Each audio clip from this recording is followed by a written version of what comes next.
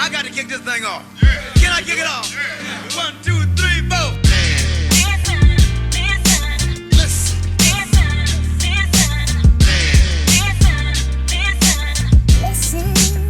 Ladies and gentlemen, listen.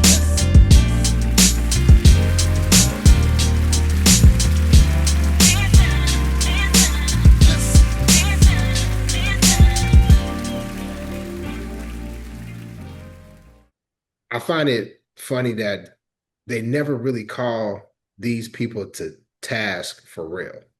Maybe they can't because, like, hey, listen, we got to keep people wanting to come on the show. Or maybe it's the people at Netflix, right? Because they get their Netflix money now who are saying, look, look, you can go here, but you can't go there, right? Or this won't be aired. But it's not the first time that they've let people off the hook. Now they pressed a little bit, but not that much, to Kevin Hart. And then what was also disappointing was the comedian Ryan Davis. Because a lot of people have been coming to Kevin Hart's defense. And he was like, I don't want to say word for word. I can't say word for word what he said, but he was talking about how people are trying to police comedians and how Kevin Hart puts a lot of money in Black comedians' pockets. Like in his different projects, he, brings people in or what have you. And my response to that is, so does Katt Williams.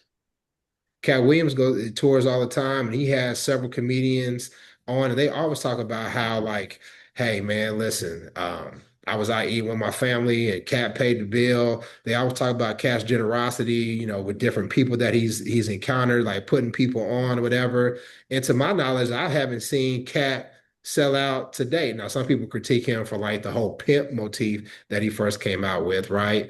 But when it comes down to like his critique of the industry and those who play the game to be successful in the industry, Katt has always kept it real, in my opinion.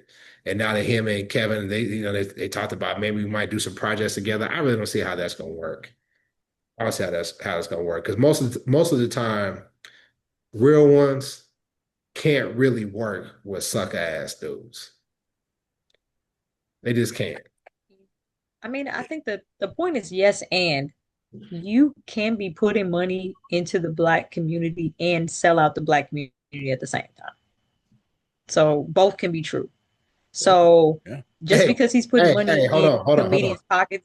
1 second. You cooking tonight, sis. For real. Now that last show, you was on some BS, but tonight you cooking. Bro, listen, and I came on here ready to argue with you today. I was like, "Ooh, I thought I was gonna miss out."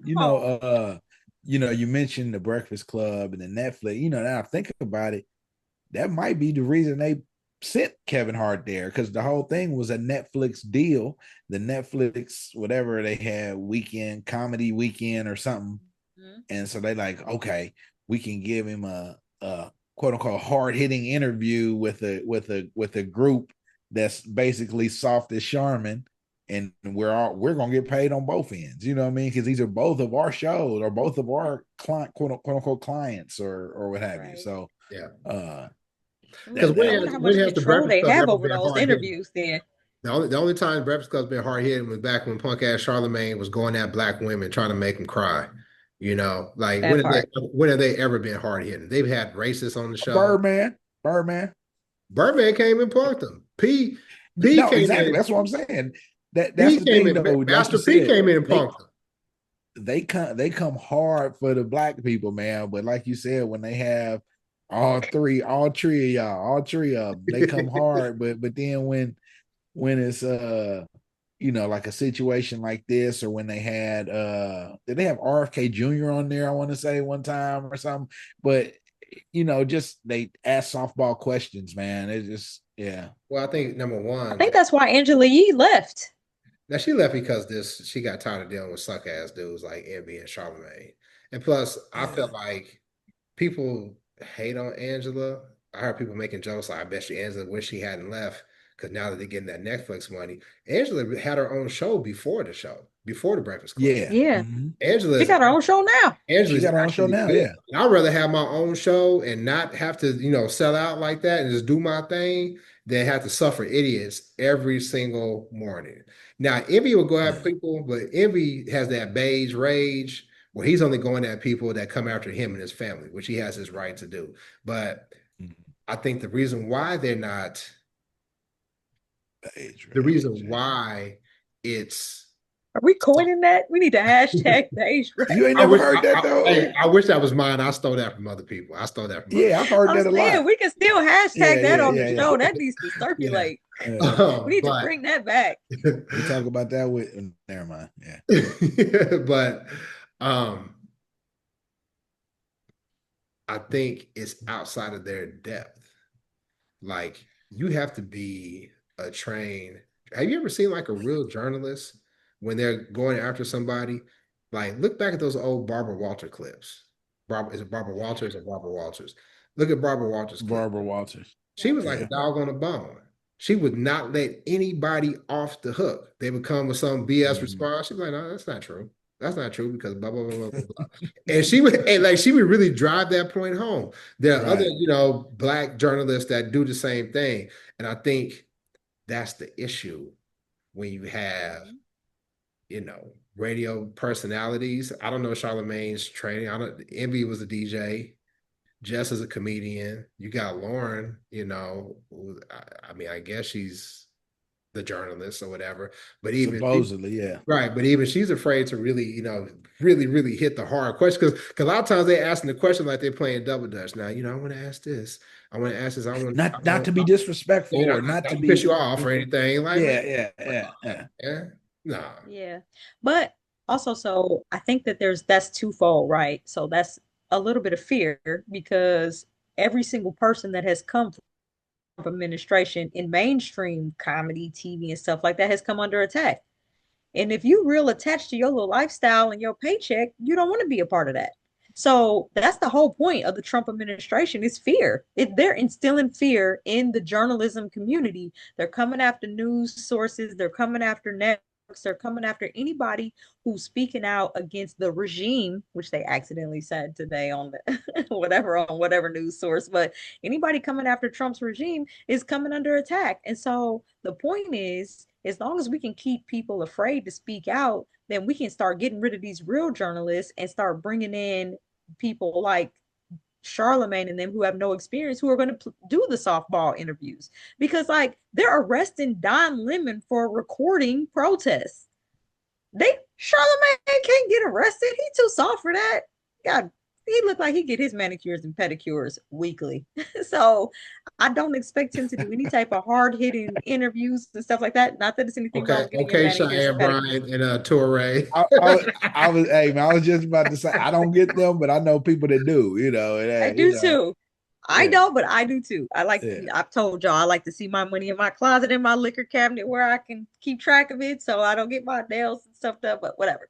But my point is that as long as they keep attacking the hard-hitting journalists and reducing the strength of these news sources, they're going to keep empowering these radio shows and these people that don't have the experience with these softball interviews. It's all strategy. It's strategic, and they're excelling at it right now because these people are terrified. They're terrified of losing whatever position, whatever ground they have, whatever, status they've acquired with their show or whatever. So it's like we said, Angela Yee, even though she's not getting that Netflix money, her piece is probably entirely off the charts, not having to deal with them two every day, not having to have Netflix strike through her questions before they go into the interview booth. And so I don't know that mainstream media is going to be able to provide the hard-hitting interviews. I think it's going to have to be podcasts because we don't have as much to lose as they do. So it's like they have these paychecks and careers and these bosses. I've said this before. I can be as rude and as, contrarian, whatever I want to be, because can't nobody fire me. So I can do all these things. I can say whatever I want to say. Matter of fact, I somehow accidentally became the golden girl. So I'm necessary for my job. I'm not going anywhere. The recession is not going to hit me. It's going to strengthen. Recession proof. Yeah. Listen, this is going to just increase my caseload. So number one, I can fire you, but I never would.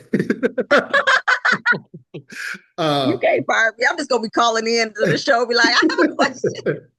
You're gonna be in the comments hazing us, you know what I'm saying? But you would never remember me.